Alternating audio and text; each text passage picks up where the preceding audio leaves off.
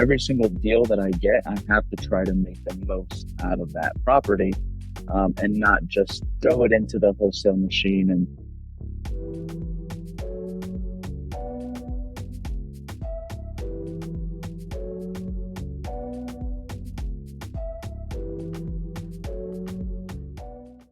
Today, we are focused on Gonzalo Corzo. Gonzalo is the founder and managing member of Cash Geeks, based in Jacksonville. They're a real estate investment firm specializing in wholesaling, wholetailing, and flipping. Gonzalo began his real estate career in 2015 and launched Cash Geeks in 2017.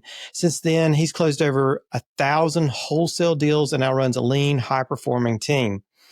He's known for his strong disposition strategies and high margin focus.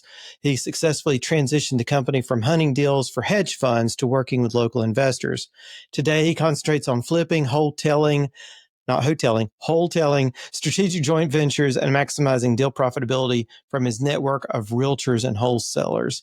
Gonzalo, welcome to Trust This today. I want to thank you for coming on, and we look forward to hearing from you. How are you doing today? yeah, thank you, Jeff, for having me on. Excited to do this. Good. Before we get anywhere, I mean, we used that wholesaling word in there a couple of times, and I just want you to explain for the audience exactly what wholesaling is, because I've used that a lot on the show and we never really got an explanation for it. Absolutely. So I guess fix and flip is what you can consider retailing, right? So retailing is taking the properties to the retail marketplace. And then there's wholesaling, where you find properties and you sell them to investors. That's the wholesale side. So the wholesale is where you don't fully renovate a property. You make it livable enough or do some minor work to it and sell it in that condition. So you're not fully renovating a property. You're making it either just financeable, right? So that you can sell it cheaper to the end retail buyer, or even some investors will buy them after you've done some work to it.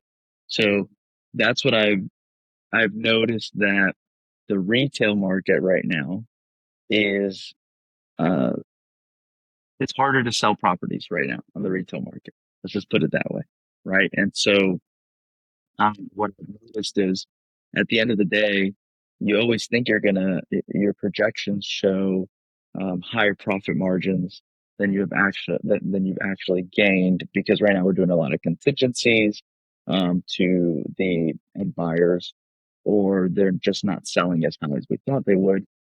And so what I've kind of noticed is, instead of me buying a house for 100 grand, doing another $80,000 renovation, let me do a lot less renovation, let somebody else do the heavier lifting. And you don't make as much at the end of the day, but you're in and out of deals a lot quicker. And you're not investing, you're out a lot less capital, because you're able to borrow the money for the purchases. Okay. Good to know. Yeah. Because like I said, we talk about wholesaling, wholetailing, flipping, fixing, all these other things. And I think, we all take it for granted that we all know what we're talking about, but some of our audience may be new and to the real estate investing sphere. And we need to make sure that we educate them on that. It looks like you started out in 2017. I know you started out working for hedge funds. Explain exactly what you were doing in the beginning when you first got into this. Yeah. So I first got in, I started Cash Geeks in 2017. In about 2019, so we were mainly wholesaling, right? Wholesaling to mom and pop investors. And then 2019 to 2020, certain hedge funds started buying in Jacksonville, Florida. I mean, they were always buying, but I guess this is what changed the game for a bunch of people, is hedge funds started buying from wholesalers. It was Hedge funds were always buying, but they were buying on the MLS. And as a wholesaler, you are not a licensed individual. You don't own the property. So these hedge funds didn't typically work with wholesalers. Agents. So we just rather. And 2015, some wholesalers, some hedge funds started buying wholesalers. And that is what kind of opened the floodgates to us. One hedge fund doesn't just buy in one market. They buy in multiple, usually all over the country, right? And so if you find one hedge fund that is open to buying from a wholesaler, then our intention when we went super deep with hedge funds is let's just find inventory for these big companies. And one hedge fund started buying from wholesalers, then another one started buying from wholesalers, and then it kind of got um, crazy during the COVID years because everybody was competitive. Everybody was buying a house. And so the hedge funds had to not rely, we were in a super low inventory um, market. And so the hedge funds couldn't just rely on the market. They had to find other ways of buying houses because they were getting all this free money because interest rates were super low. So they needed to put the money to work. So I feel like they opened up their, rules a little bit and let's start buying houses from these wholesalers. And that is what changed, wholesaling for a lot of people. It changed the business for Cash Geeks. Once we found out that we could quickly expand, when you're wholesaling, it's hard to go into other markets because you're so reliant on your buyers list. But if we now have 10 of the biggest buyers and they're buying the same product, whether it's here in the rest of the state of Florida or, Georgia, Texas, Tennessee, North Carolina, South Carolina, whatever, wherever you can find a product, it's the same client. So now we don't have to worry about selling the house, building a new buyers list, building a mom and pop buyers list in that market. We can just sell to the same people we're selling to in Jacksonville. That's where I'm based out of. And Mm-hmm. so I think that, looking back, we put all of our eggs in one basket, and that was the hedge funds. And that's what kind of made my business pivot. Um, but that is what we were essentially doing for hedge funds. To answer your question, is we were looking for off-market inventory that fit their specific buy box, and we would go and put the properties under contract and essentially just wholesale the hedge. Now, the hedge funds probably pulled out. So how did you pivot? Yes. So at that point, this was like mid 2022, the interest rates were coming up and the hedge funds just started falling off one by one, right? Hey, we're done buying for this quarter. We're done buying for the rest of the year. We're done buying in X markets. We're only going to be focusing on these markets. So we try to keep pivoting as their buy boxes pivoted, but it was happening too quick and then that ended up most of them just turned off, right? They're like, hey, we're just going to stop buying for now. Um, and so number one, we had to reduce our company, right? We had a lot of staff, a lot of team that was built up. And that was a challenging time, but something you have to do when the market pivots, right? And so we made those hard cuts. And then the way that we transitioned is I noticed that everybody was having these issues, right? I thought it was just wholesalers to hedge funds because the hedge funds um, were reacting to the interest rates. But really, it was the whole market. The whole market was reacting to interest rates. Buyers stopped buying, or not buying, but overpaying, offering highest and best, waiving inspections, and all that kind of affected flippers as well. And when flippers aren't buying, wholesalers can't get rid of inventory. So now this domino effect of motivated wholesalers became a thing, right? Wholesalers were locking up properties and nobody wants to buy them. And I have historically always worked with my network. I teach classes here for the local RIA. I was vice president for a couple of years, been on the board. And so I have a good network of individuals that they're all struggling to sell properties. And I have an old database, right? Because for a couple of years, we were just selling to hedge funds. And we're in the beginning of our career selling to mom and pop investors.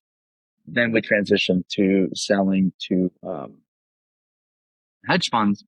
But the mom and pop investors from 2016 to 2020, they have all been kind of waiting for this because they just kept getting beat out by hedge funds. And so we still had a lot of pent up demand from our buyers list because they want to buy. The wholesalers, they don't have access to an old buyers list. And so the new buyers from like 2021 to 22, those buyers kind of all disappeared as well because they were used to the market. Because they were used to a slower market, potentially even more of a buyer's market. They go from the season of 2014 to 2019, right? And so it was just tapping my network of wholesalers with my and pop buyers list. So at that at that point, it became all about dispoing the house. How do we sell the property? Before, you didn't worry about selling it. You worried about just getting the deal. And getting a good deal still is important today, but now you have to worry just as much, sometimes if not more. How do I sell this property? And so all of our metrics in the business went from being acquisitions to now it's disposition. How many buyers are we talking to on a daily basis? How many buyers are we bringing into the office to figure out their buy box? Who's still hunting for properties? Who's not? And so it was kind of like re-interviewing our buyers list and and we had a whiteboard in the office of the 100 hottest buyers that we have right now. And this was like now 2023, right? So in 2023, we were trying to figure out who are the buyers that are actually buying and how do we look for inventory for them. So that's how my new business model right now, it's just leveraging other wholesalers. They'll bring me the deals because I've been wholesaling for so long here in Jacksonville. I can pair them up with an investor. Now with the volume that we were used to versus the volume now, I what I noticed was being in a less volume driven business, right? We were doing 400 to 500 deals a year, right? And so that creates a lot of noise, and that also doesn't allow you to get creative per deal. When you're running a machine, the machine needs to run the way you've built it. And so when a deal would come in, I couldn't look at it as a buy and hold or a fix and flip because the business needed this deal to run through the wholesale department and go from beginning to end. So now that I don't have this massive machine that needs to be fed all day, I can now analyze deals as like what's best for the deal and how am I going to make the most money out of this deal? Because in this market, deals are hard to come by. So every single deal that I get, I have to try to make the most out of that property, and not just throw it into the wholesale machine and whatever we make wholesaling it is whatever we'll get because we can just hunt the next deal. Um, so that's what pivoting looked like for me. And that kind of forced me to start taking down some assets, taking down some properties, and now analyzing them as, hey, I could wholesale it for this, or I could flip it and make, slower money. That was the challenge for me as a wholesaler. I was used to, hey, let's get this property under contract, throw it out to our buyers list, and in less than 30 days we're paid. Now the fix and flip arena, it's not like that, right? You take a property down and it's just costing you money until the bill would close again. Sometimes, especially in a slower market, that can be, 6 months out. And so I had to get used to that. But a low volume team allowed me to be okay with that. And so now I look at deals as what's the best use for this property? Can I keep it? Can I flip it? Can I wholesale it? And I started wholetailing because I did a ton of fix and flips in 2024. We did about 30 of them, and not all properties were, number one, not all properties were profitable, but number two, not all deals were um, as fast as you wanted them to be or sold for as much as you wanted them to be. But because I have my wholesale background, I realized like, hey, I only made, let's say 18 grand on this flip. It took me 6 months to make 18 grand. When I close on that property, I could have just trashed it out, cut the grass, maybe painted it, and immediately resold it and maybe made 15 grand. Right. And so if I can do that in 1 month or 2 months, it's better for me to do that than to make a slow 18 grand in 6 months. And so that transitioned me now to, hey, if I have this property, should I do a full flip or should I just get it finance ready and sell to a conventional buyer?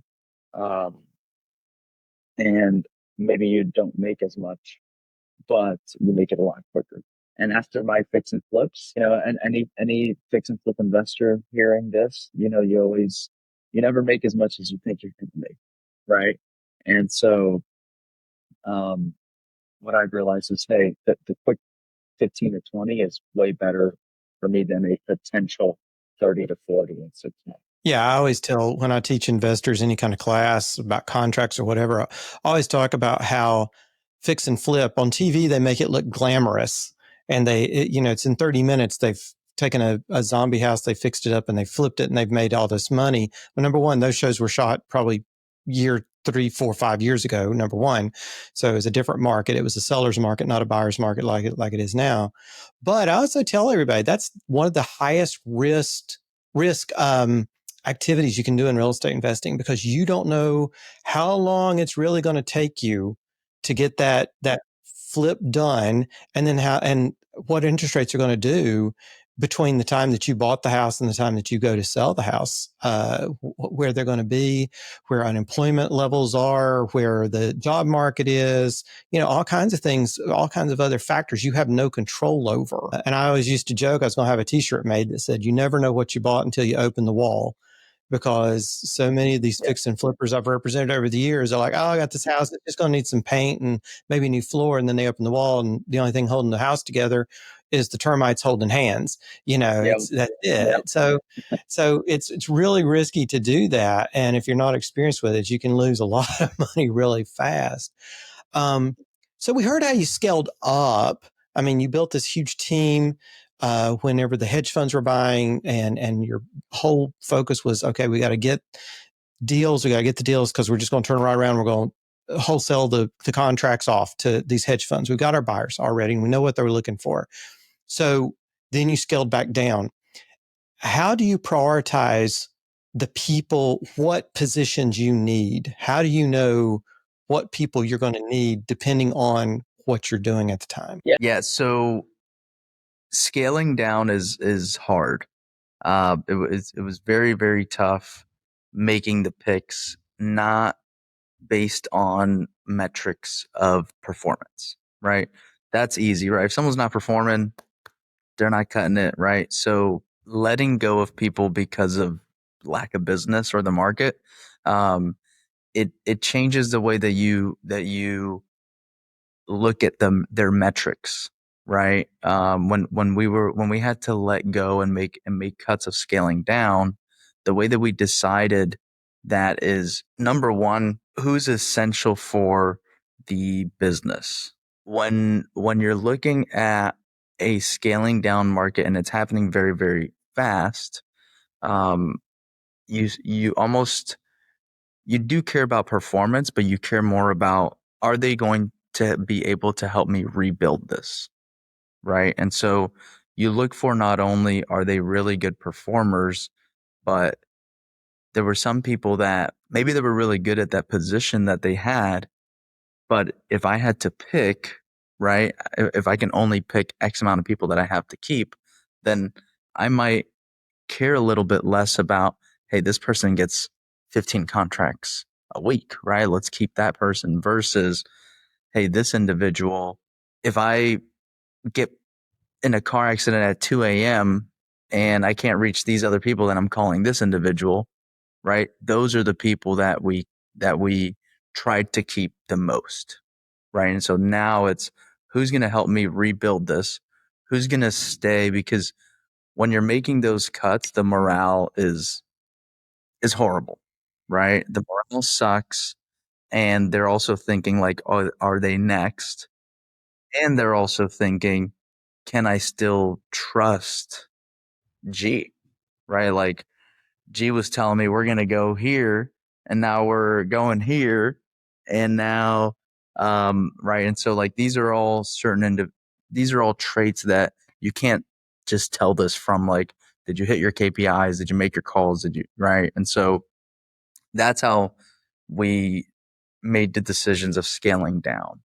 And then right now, figuring out who to keep or what positions to build. The one thing that I did different, or not did, but I cared a lot less about being extremely profitable and only making decisions based on the bottom line. When you're young and you're scaling a business, you convince yourself that I'll make money next year. I'll make money the year after. You know what I mean? I'll eat last. And so you start to do things that don't really move the needle in the bottom line, but they increase volume of deal flow or whatever. And so right now what I'm doing, and this is what I would advise anybody who's, making any decisions in a weird, wonky market, is to stay profit driven. Stay super focused, analyzing the P&L, and only make decisions based on the P&L. And so right now what I'm doing is I'm looking at my P&Ls and deciding, do I need somebody else in this department? I look at what is going to make the difference for the business in a year from now, 2 years from now, 3 years from now. Because in the beginning, I was also very quick to hire, right? Let's get some people in, and especially being in a high sales environment, you kind of get used to being a unfortunately, right? The sales side was always a revolving door, right? You'd get 4 sales guys come in, 2 make it for 2 months, 1 makes it, longer. And so right now that I don't have a crazy sales floor, I'm being very, very selective with the positions that I need and the individuals that I bring on. I will say one key hire that I have now that I wish I had before is an executive assistant. I've gone to so many trainings and seminars and events, and everybody always talks about hiring a really good executive assistant that's going to change your life. And I just never had one, right? Obviously I had different positions in the business, operations managers, things like that. But I never really had one person that solely worked directly under me. And that has been game changer. And that is kind of like what I prioritize right now. Like that's been my most recent hire, was an executive assistant. And that makes me way more productive. That it has, in a good way, it has prevented me from making other hires that I probably didn't need. Right, having an executive assistant, when they wear multiple hats, they're able to put out a lot more fires that I'm used to putting out, and doing things that I'm used to doing, like um, just going to the bank and dropping something off at the bank. Go to this title company, pick this up, or make it like things that don't have a specific role an executive assistant can take on. And that's been game changer. So I highly, highly recommend everybody. And I heard that for 10 years and never did it. And now that's like, it doesn't matter what advice you ask me right now. It's like, get an executive assistant. You need to get an executive assistant. Yeah. Yeah, I think that's always a lot of folks. They go, well, I need a COO. It's like, well, no, you probably just need an assistant first. And I hear that a lot. It's sort of like rocket fuel for the visionary who's wearing multiple hats. All of a sudden, you can get a lot more done because you have this other person who's doing a lot of the stuff. It goes back to that book, Buy Back Your Time. and it really, all that comes together. And yeah, a lot of people go, well, there's just no way I can afford it. If that person's doing what they're supposed to do, you should be doing a lot better, that you can definitely afford them plus a lot more.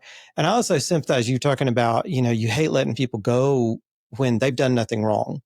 It's just, you just have a lack of business. And I remember I had that in 2007, 2008, when the market crashed during the Great Recession. And I had to, my business partner at the time, he said, if we don't lay off at least half the staff today, this week, we will be bankrupt in 2 months.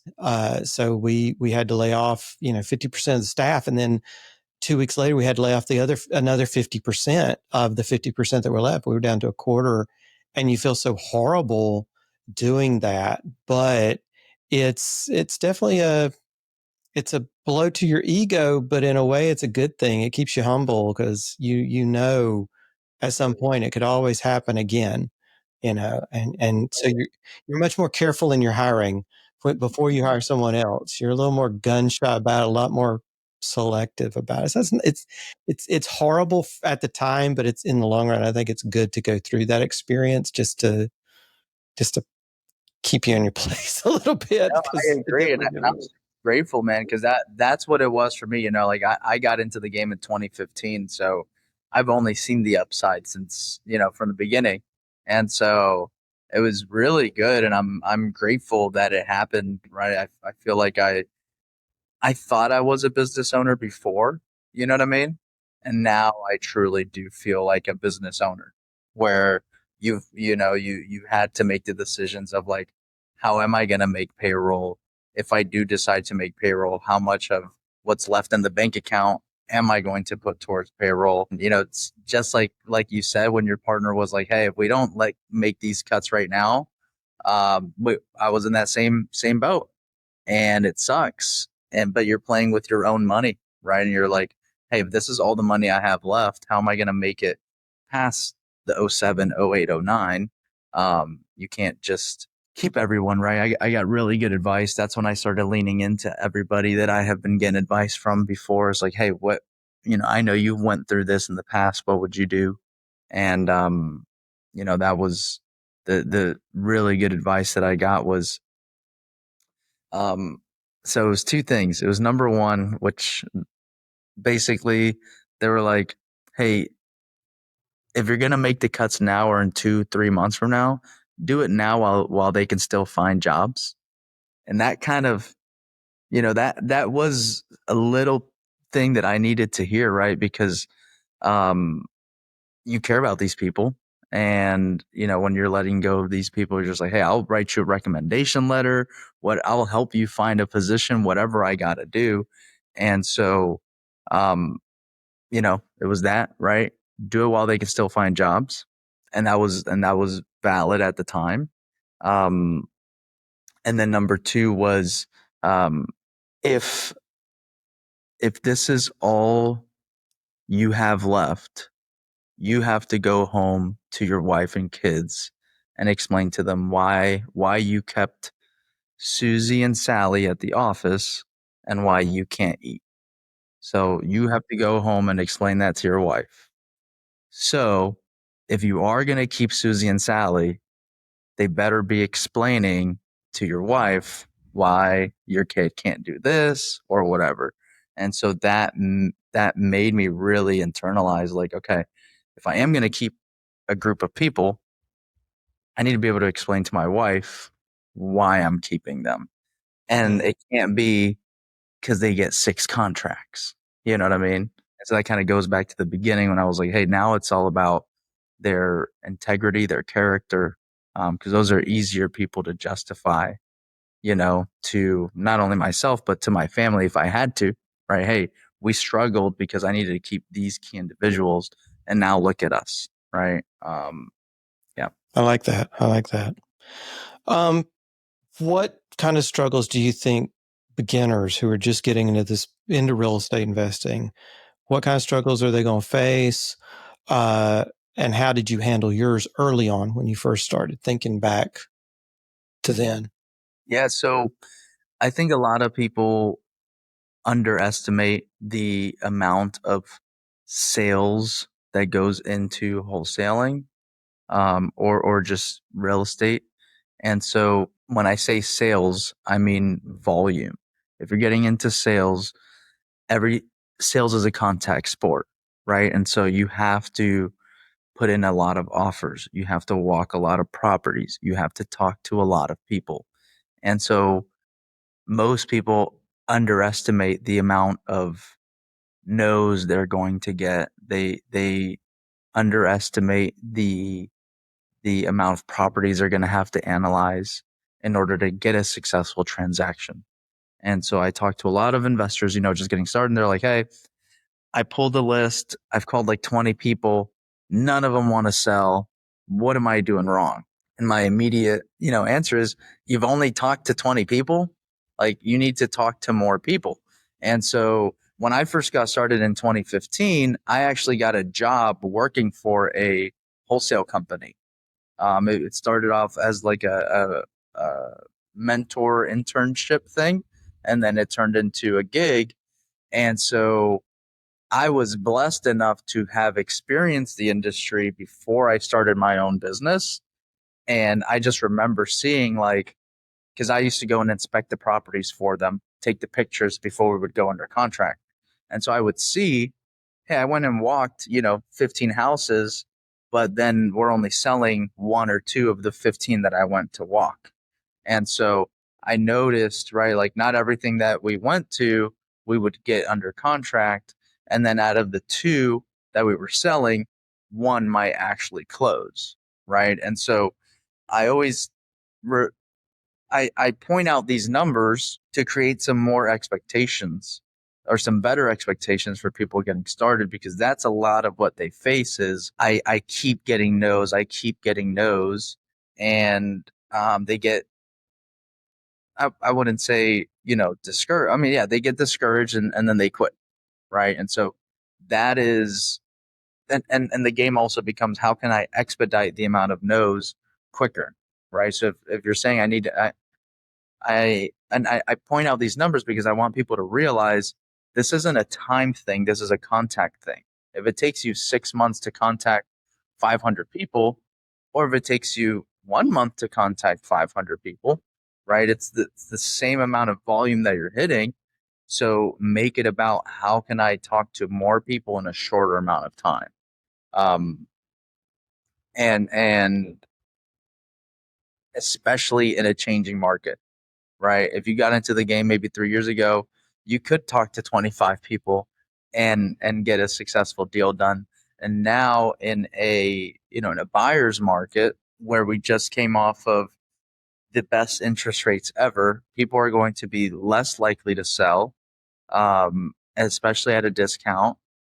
And buyers are not going to be buying at prices that they used to buy at. They're going to want to buy less, cheaper.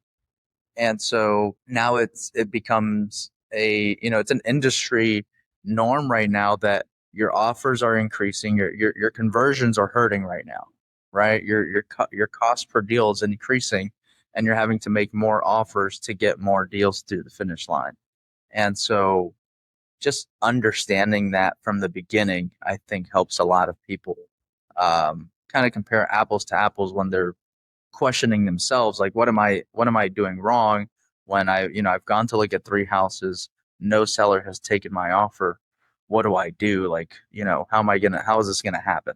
Yeah, I think that's a good point. And a lot of people, I've talked about this before, leading indicators versus lagging indicators. And a leading indicator in sales is always, well, how many calls did you make? How many houses did you go see? How many? Because we know the more that you go see, then our lagging indicator will be closings. How many closings did we have? How many contracts did we have? So, but we know to get, and in this market, yeah, the leading indicator may have been 10, walking 10 properties a week. Now you got to be walking 30 properties a week Yeah. to get to the numbers, just because it's gotten harder. But you can adjust those KPIs, and it's just another scorecard. And I found that most people in sales, they love scorecards. They love to be playing a game, And so, yeah, it's like, okay, well, did you do 30 this week? I know you used to do 10. Now you got to do 30. Can you do that? And you're not going to win the game unless you're doing 30 a week.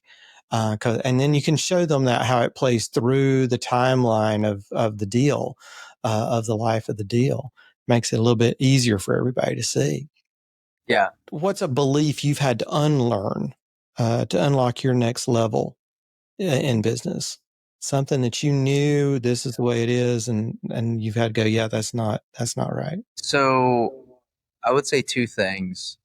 One is, and this is kind of hard, but I would say I I lo- I always knew that um, you had to like I would say I want to call it delayed gratification, right?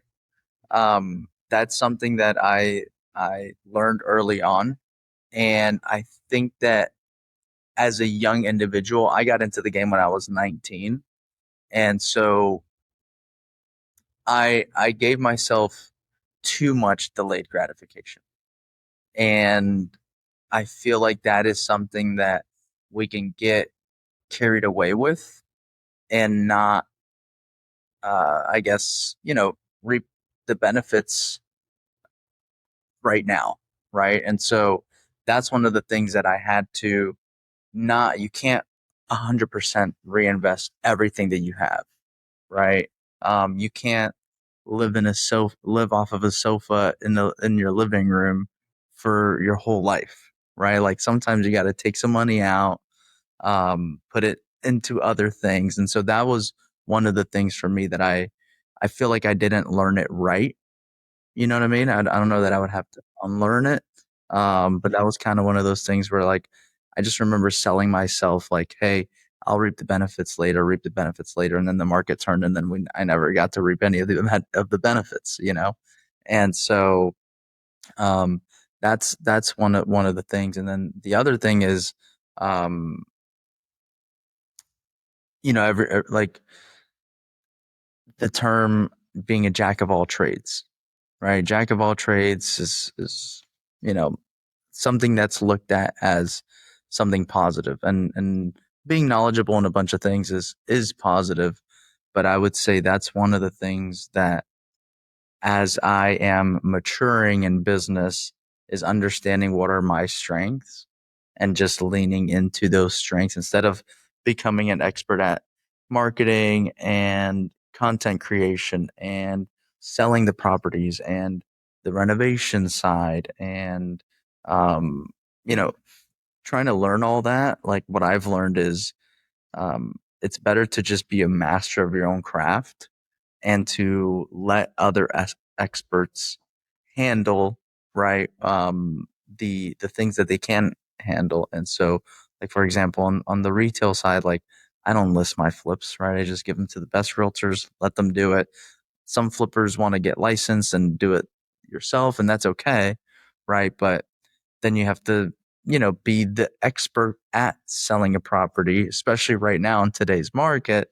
And so like I rather just you hire the expert, let them do their thing instead of me trying to become, the jack of all trades. Let me just focus at what I'm good at and the rest will fall into place. So you got a lot of balls up in the air. How do you prevent burning out? It's a good question. Number one is you kind of have to change your perspective of burning out, right? Like burning out for me is it changes in your career. So you might get burnt out of a certain thing. For example, like cold calling. I would say that I'm burnt out from cold calling, right? Like I've sat on a dialer with a headset for way too long now, right? That I'm burnt out. I don't want to do more cold calling, but I wouldn't say I'm burnt out of the industry, right? And so the beautiful thing about this game, and that's why I feel like I've been pivoting, is the pivoting has also become fun. It like when you're just running this big machine, it's funny. I felt more burnt out at the peak of when we were doing all these deals than I do now from all this pivoting and going to war every day, right? And so I think what's cool about real estate and what's cool about being in a I would say real estate is a very uh, multi faceted industry. So you can be a realtor, you can be a mortgage lender, you can be a hard money lender, you can be a wholesaler, a flipper, and it just keeps going on and on. And so you can always add on things, which I think is fun, right? Like for me right now, I am buying properties from wholesalers and I'm closing on them on one deal. When I trashed it out, I cut the grass. There was a bunch of there was an extra lot. I separated the lot, and now I'm selling the house. But now I'm actually also doing a hard money loan on the property. So, me and a couple buddies put some money together, and now we're doing some hard money loans. So I get to offer that now on deals, and that's something that um, keeps you kind of engaged and becomes a new challenge. And now you no longer feel burnout. I'm the type of individual where I feel burnout if I'm doing the same thing over and over and over again. And Mhm. so real estate allows me to not feel as burnt out because there's always something new to do, something different, a new person, a new deal structure. Um, yeah. But I just started a family not too long ago. So I have three little kids and yeah, we pumped them out very quickly. Uh, so I have three under three, and Okay. that forced me to not only care about business and success and blah blah blah blah blah, right? The whole world of capitalism. And so now with the kids, you kind of get brought down to earth a little bit and your priorities change a little bit. And so I've put a lot less like pressure on myself and stress on myself to reach a certain business, goals level. Um, and that kind of helps with burnout because before you're just only focused on one specific business goal, where now I kind of look at business as just an area of my life. Uh, and I got three little kids. Got to keep the wifey happy because she's handling the kids.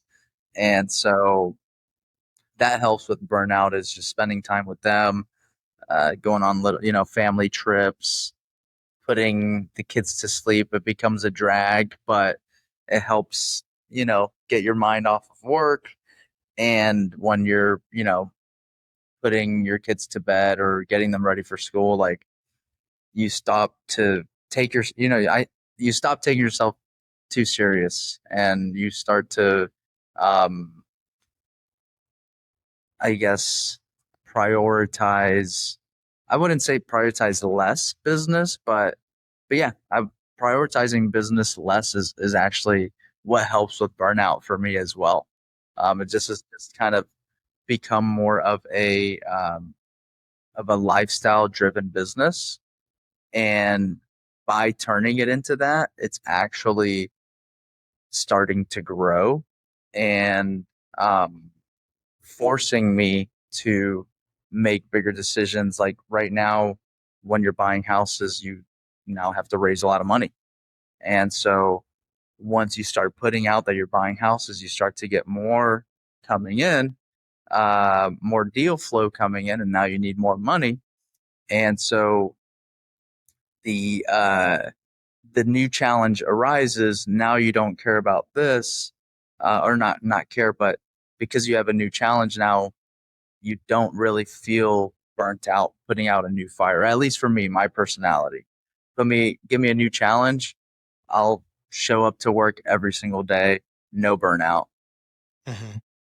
Well, and I think you call it lifestyle. That's the thing. I think a lot of people forget. It's the reason we become entrepreneurs. The reason we start our own businesses is to be able to, choose the lifestyle you want. You build it in a way that maybe you want to work from anywhere at any time. So you build a business to do that. Or maybe you want a place where it's more stable and you can stay with your family in one spot all the time. So you build businesses the way that fits your life, not a life that fits your business, which is usually what you have when you're working for someone else. So I think that's good. That's really good to hear. For Aspire Legal Services, for my land trustee, our mission is to help people aspire to a better life. It's the reason we have the name Aspire Legal Solutions.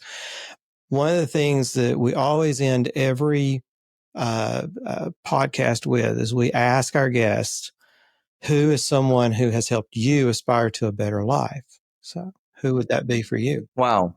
Okay. So right now, man, in a spot where like my wife has become my best friend.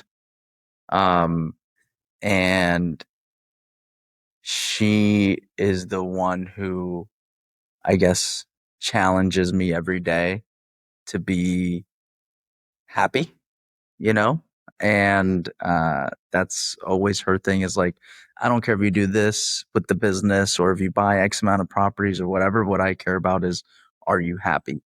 And so aspiring a better life right now to me has become more about happiness and peace and I guess full clarity on what you're doing, right? And my wife is the one who recently has uh challenged me to live a better life. Beforehand, I could name all these, gurus online and people who've wrote these books and blah blah blah blah blah. And that's awesome. Don't get me wrong. I'm a big believer of all that stuff. But I would say right now, my wife is the one who's pushing me to live a better life, become a better man than I was, yesterday. And so, yeah, I got to give shout out to my wife. We hear that a lot from a lot of entrepreneurs and business owners. They talk about it, their spouse. If it's not that, if that person's not also aligned with what you're trying to do, they can either be an anchor or they can be a sail for you. And we hear that all the time out of people. And yeah, same thing. They've got their gurus, they've got their mentors, they've got people who helped them get into the business or whatever. But without that person day in, day out by your side, it's not going to be the same out there. But well, with that, Gonzalo, I really want to thank you for coming in today to share your knowledge, your expertise, your experience with our listeners, with our audience. It's been great. We're going to put all your social media contacts for Gonzalo down in the show notes. I encourage everybody to visit Gonzalo's pages, learn about him, follow him, and buy from him and sell to him. He's out there. He's looking. But until then, again, Gonzalo, thank you for coming in. Until then, this is Joe Siegel, your real estate asset protection attorney in Florida, and we're signing off today for Trust This. Thanks for listening to this edition of Trust This. If you got something out of it, please press like and subscribe and give us a 5-star review to help us reach others who can benefit from this series. Until next time, keep aspiring to a better life.